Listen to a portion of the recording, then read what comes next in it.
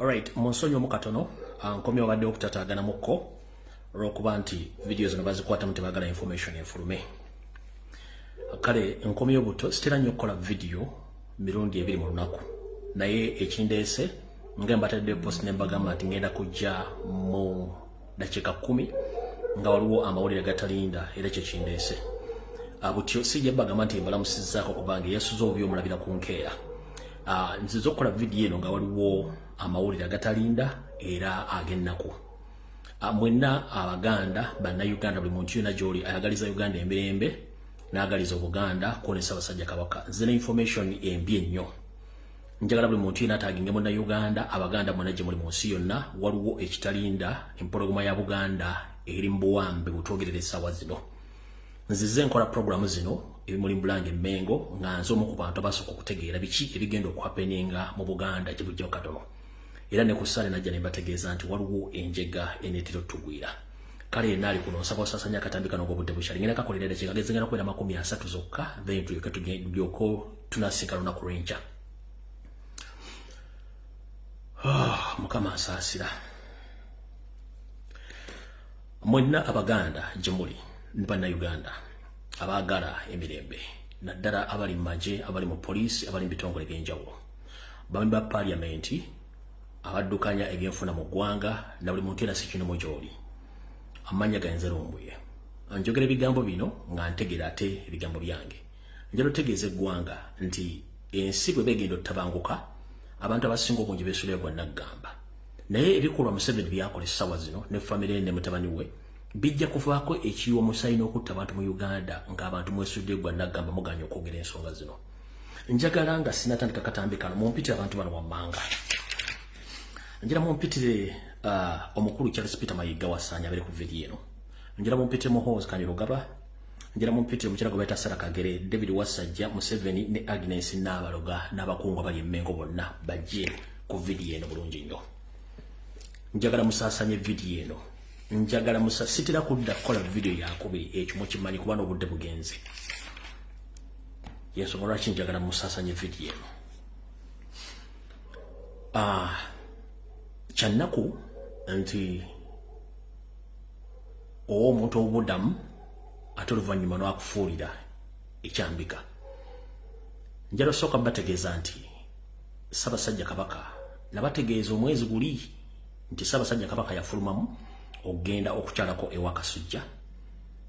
Omukulu afutobadde Mmengo Mayiga n'ateekawo emisinde gye ng'akimanyi bulungi gino Ssaabasajja Kabaka taliwo yagenze okukyala wa Kasujja.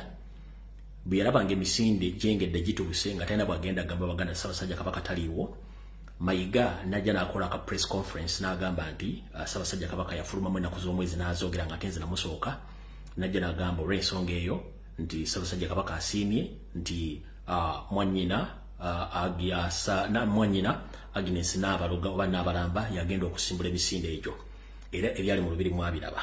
Nenzija ne mbagamba ku Sunday bukonyine bagamba nti ebintu byonna Mayiga byayogera byonna bya kiyayi si bituufu, waliwo enteekateeka. Nababulira enteekateeka era najja ne nkola video mbagamba nti Ssaabasajja Kabaka afulumye bweru w'eggwanga naye nga bamusindiseeko n'ekibinja eky'abantu batera kutambula nabo bamalize mission y'okumuggyawo ng'ali wabweru w'eggwanga. Nsuubira okuba nti kye nayogera kyali kituufu era nga nkitegeeza nali kitegeeza. Nzize nkola programu zino nga mbategeeza nti Ssemwai kulembera James Birungi ng'ekubira golo bya Muhoozi ne Museveni, David Wassajja, Charles Peter Mayiga, Sarah Kagere, Agnes Nabaloga ne David Wassajja balina enteekateeka etta Ssaabasajja Kabaka beddiza obuyinza nga Museveni bwe yabawa mission y'okukikola. Ndowooza bwe twogerera essaawa zino bitundu nga 6 ku buli 10 mission eyinza okuba ng'etuukiridde. Abanyabo ne bassebo mwenna abalengera n'abambejja basava ne bannava ne bannayuganda mwenna njala bategeeza n'okubategeeza nti Ssaabasajja Kabaka ku lunaku olw'ebbalaza luno olwa wiiki eno yakomyewo yabadde akomawo okuva gyeri agenze okufuna obujjanjabi n'awambibwa ku kisaawe ekyennyonyi Entebbe n'abuzibwawo era tamanyikiddwako mayitire naye nga information gyenna nti bamukwata ku Sunday ekiro. Abantu bonna be yagenda nabo be nabagamba mu katambi kali bukadde bonna bo baafuluma ennyonyi era ne babakwasa emigugu gya Ssaabasajja Kabaka ye ne bamusigaza ng'omuntu ne bamuwamba ku kisaawe n'atwalibwa mu kifo ekitanategeerekeka era gyatamanyi nti bamulamu essaawa zino olw'ensonga waliwo mission ey'okumukola kye baakola omugenzi eyali sipiika wa Uganda Jacob Olanya nti bamale omutunya bamutte ate badde mbafulumye enjole ye ate bagikume bagende Ssaabasajja Kabaka yakisiza omukono mu ngabo ng'ali bweru wa ggwanga.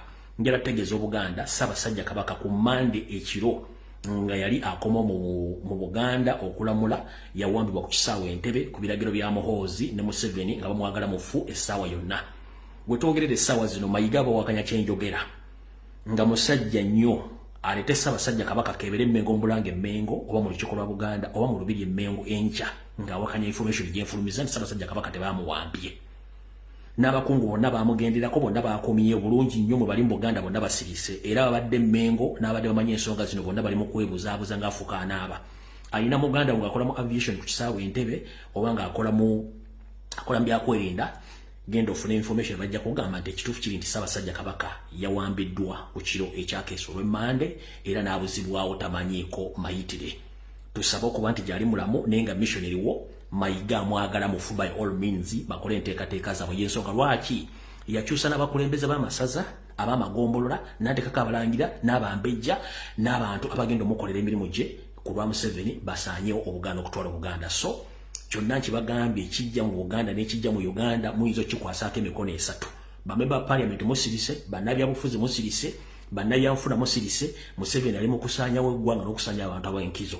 Sitera kukola video zino mirundi ebiri olunaku naye nzo okukola video n'okubategeeza nti Ssaabasajja Kabaka yawambiddwa ku lunaku olw'emmande ekiro bwe yabadde ng'akomawo mu nsi ye mu bwakabaka bwe n'awambibwa abasajja ba SFC ku biragiro bya Charles Peter Mayiga nga abali mu lukwe luno mwe muli Museveni kennyini Yosereti Bahabulwa, mwe muli Charles Peter Mayiga, Wasanya Kalu Charles Gamulengejja, muli Hose Kanyerugaba, Sarah Kagere, Agnes Nabaloga, David Wasajja n'abasigadde bonna kubanga mission bagimanyi bulungi nnyo. Kati njala tegeeza n'abantu abatamanyi Luganda. By names of Lumbi Fred, a Ugandan national based here in Turkey. Today is 24th of April. I've just come with the breaking news to inform the international community that His Majesty the Kabaka of Uganda, Yoweri Museveni II, on his return back in his home country in Uganda, he was kidnapped at Entebbe Airport by the SFC on orders of Museveni and his son Muhoozi Kainerugaba. As we speak right now, nobody knows where he is right now, but according to my sources, Museveni and his entire Tutsi dynasty, they want him dead by all means because Kabaka, he had become a stumbling block in Museveni's plan according to what he plans to do in Uganda. So Kabaka is a stumbling block. So he was kidnapped on Monday night when on his return when he's coming back to Uganda. So I'm here to inform the international community that please, we beg you kindly to put pressure on Museveni and his regime to show us where Kabaka is. I'm calling upon the American Embassy, the British Embassy, the Germany Embassy, and the other international embassies in Kampala. Please, please, please, we beg you kindly to put pressure on Museveni to bring out our king where he is right now because he was kidnapped on Monday night on his return back to Uganda. This mission is headed by Museveni, his son, the so-called Prime Minister of Uganda, Charles Peter Mayiga, the so-called his brother, David Wasajja, Agnes Nabaloga, Sarah Kagere, and their entire group. This mission has been prolonged all along because I was been coming on live and expose all the missions. But today, they decided to finish him up. So, I'm not certain when they come out to announce him dead, but that's why I came out to expose this information to the public so that we get, all Ugandans get to know exactly what is taking place. So, njagala otegeeza mwenna bannansi buli mujali munansonyiwa nange kennyini ndi mu shock n'ekikangabwa kubanga sitera kujja kukola video bbiri naye Ssaabasajja Kabaka yawambibwa ku Monday akawungeeza ekiro nga bukeera ku Tuesday abasirikale ba SFC ne bamutwala. Situmanyi musajja ato saa zino kyaliko naye ensonyi tumaliza mbwerere. Mayiga David Wasajja Sara Kagere Agnes Nabaluga muline eggulu eryammwe Museveni olina eggulu eriryo Muhoozi olina ensi eyo okuba nti buli muntu yena gumwekengera nga mwagala okukola ebikolo byammwe mujjawo bujja muyina buyinza ky'obusukka ku bwa Katonda. Peter Mayiga wasaanya Saaluga Mulengejja omusajja yakuwa obuvunaanyizibwa n'akuwaddamu naye omulamulireko naye osazeewo musasulamu omutta kiki ennyo musajja wattu. Mukyala Mayiga bwe mubeera mu buliri omwo omusajja wo tomubuulirira eno ensi tekungulwa tugikyala mu bukyazaako wa yagiviira. Kiki ennyo musajja gwoto omusajja yakola ki? David Wasajja ku ttaka lya Buganda lyobbye ku nkwezi okoze kiki ekikuttise omwana wa Muteesa? Sara Kagere Agnes Nabaluga kiki mukola enkwezi okutta Mutebi? Mumulese abaana be n'omwana omuto mumulooza ensi mugenda gikungula. Omwana muto nnyo Ssaabasajja Kabaka akyali muto. Kiki mwatta kitaawe mu nkola y'emu mumulooza ensi mugenda gikungula.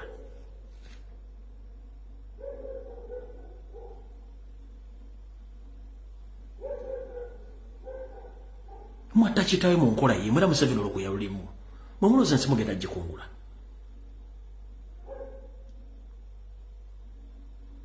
Omusajja atayomba n'olwokuba nti mutunze ettaka lya Buganda lyonna buli kimu kitunze kati okumugjawo mumusasula kumujja okuba nga aleme kwogera.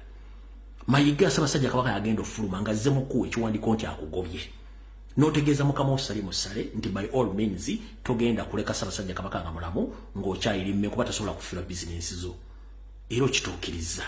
Naye nze bw'oba wakanya information yange gamba mukama Museveni naawe kennyini enkya oleete Ssaabasajja Kabaka mu lukiiko lwa Buganda omuleete mu Bulange Mmengo omuleete mu Lubiri enkya omuleete ayogere nga temulikodinze video yonna temukoze eki muleete Ssaabasajja Kabaka Mmengo enkya. Sitera kukola video bbiri ekyo si kikola. Bino ebikola emukola bigenda kusiigako na bukyayi. Kiki ennyo kye mufa ku nsi kuno mufa kinensi Mayiga ofa kinensi. Lwaki mutta omusajja? Lwaki mutta omusajja nze mbuuza omusajja mutta waaki? Mwenna abajjukira akatambi nga bakwata Kyagulanyi Ssentamu kye baakoze Ssaabasajja Kabaka yamutwala. N'ekikwewuunyisa ku bakungu bonna be yatambula nabo era Mayiga be yali amutaddeko okumaliza mission y'omu obutwa bonna bayingidde eggwanga ne bayingira n'ensawo ne bayingidde mu maka gaabwe ne batuula ne basirika. Tekuli yanyize information ebagituulira kyovola nti wabaddewo diversions tubadde tubagamba nti diversions zino ezikolebwa accident simanyi biki byobera kuleeta mu kisa ky'amanyuma simanyi biki byonna abadde babikola nga balina ekintu kye bapreparinga naye nga nzijamba nga bannaye ebintu bino birimu obuzibu balina ekintu kye bategeka nga abantu tebawulira kati ki ekibaddewo. Twagala Kabaka nga waali mumuleete muteeke wano mumuleete mumuteeke Mmengo mu lukiiko lwa Buganda oba mumuteeke mu Lubiri Abaganda bajja bamulaba bawanga gyali.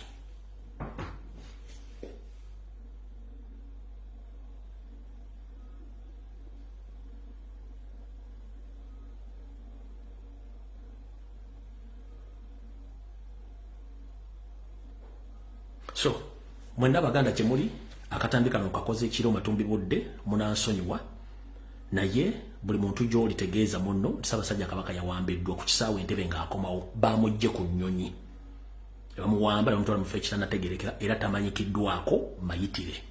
Mayiga tagenda bagamba teri mukungu yatambula ne kubanga abakungu bali ku mission mu kusooka nabagambira ddala zino video zijja kugibwayo zizanyibwe ku CNN ku BBC ku TV ne mu simu z'abantu. Nga muwoza omusajja zaatugamba emyaka ena mission eriwo y'okusanyawo Ssaabasajja Kabaka ng'amaaso mugawumbidde temwagala kumanya nsonga zino. Nenze ogwange mba ngukoze naye Mayiga muganda wange akusigula amalinnya bw'ogwa kuyita kaddu wannema. David Wasajja kyoyagala okufuuka Kabaka wa Buganda kiyinza okukuviiramu nti banaate banaziika Ssaabasajja guyinza okuba nga ate gw'ofudde Mayiga naawe.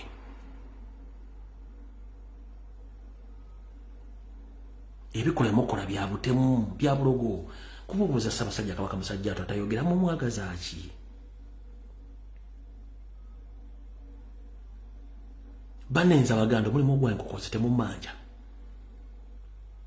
n'ensuze bagamba nti Ssaabasajja Kabaka yawambibwa ku Manda akawungeezi ng'akomawo era n'atwalibwa mu kifo ekitannategeerekeka mulinde biddako nenze mbagambye probability eziriwo minzo obutaddamu mulaba obanga bamubabikira baga nti yakisiza omukono bweru gwanga amaze omuta ndada bamuteeka ku nnyonyi nga bakola Jacob Olanya nenga mission Peter Mayiga yagirimu David Wasajja Sara Kagere Agnes Nabaloga ku biragiro bya Museveni ne Muhoozi kati abasigadde sima chenyiza bagamba information efulumye ajiwakanya oli wa Dembe neffe tuli kumulamu anti Ssaabasajja Kabaka yawambiddwa ku balaza ya wiiki eno buli kimwe kigenda mu maaso mu Buganda mukiraba nti abasajja bano bakola ebintu nga balina ekintu kye bazibiikiriza mwenna abalangira n'abambejja bategeezezza ab'olukiiko lwa Buganda ab'amagombolola ab'ebiruka ab'ebyalo bannansi Ssekinnoomu abali mu diaspora n'abali bulwamu mbategeezezza Ssaabasajja Kabaka yawambibwa ku Sande akawungeezi ng'akomawo okwaboobwe era tamanyikiddwako mayitire Mayiga bamusajja nnyo nga wakanya vidiyo eno enkya lunaku lwakuna amuleeta amuteeke mmenga awo oba muteeke mu lubiri Obuganda bwemukubeko eriiso bw'abanga wakanya information eno kubanga yagamba tasobola kuleka Mutebi nga mulamu alina kufa yagende mu maaso ne programu ze kubanga investinze ssente nnyingi mu Buganda yensonga lwaki n'amasiro gamaze emyaka 10 gagenda mu 14 nga gaganya okuggwa agali ag'emyaka ebiri nga te ssente Mayiga zisolooza n'azijja mu Baganda ab'e Uganda n'abali bweru w'eggwanga na buli kimu nga ne UNESCO esasulira amasiro ago kubanga ettaka eryo ery'amasiro baaligabana dda era abakungu ba NRM Banyarwanda baaligabana dda ne olubiri lwennyini Mayiga yaluwadda Museveni era balinze kukola mu kisaawe kya nnyonyi zaabwe kugwako na kuteeka mu hoteli zaabwe za bbeeyi ng'ekibadde kibasibye Ssaabasajja Kabaka bannange ogwange ngukoze Abaganda mwebase nnyo bire bitumadde bibagambira emyaka 4 nga bwe mwatadde wansi omutwe binvumiza bimpalanyiza njogedde bigambo bingi nnyo naye nze ogwange ngukoze olwatta ssebo nalumanya wakolawo ki njagala otegeeza eggwanga lyonna ensi yonna Ssaabasajja Kabaka yawambibwa ku Mande amatumbi budde ng'akoma ku nsi omwaboobwe mbabulidde abali mu lukwe luno era temwebooza nti omusajja abyogedde bimaliriza sigenda kusokkako wano babulyaza amaanya ebisigadde bwe naaba nfunye mu details oba ebisingako enkya nja kudda enkya ne bwe kiba kisaana kukola video wiiki namba nga njogera ku nsonga za Ssaabasajja Kabaka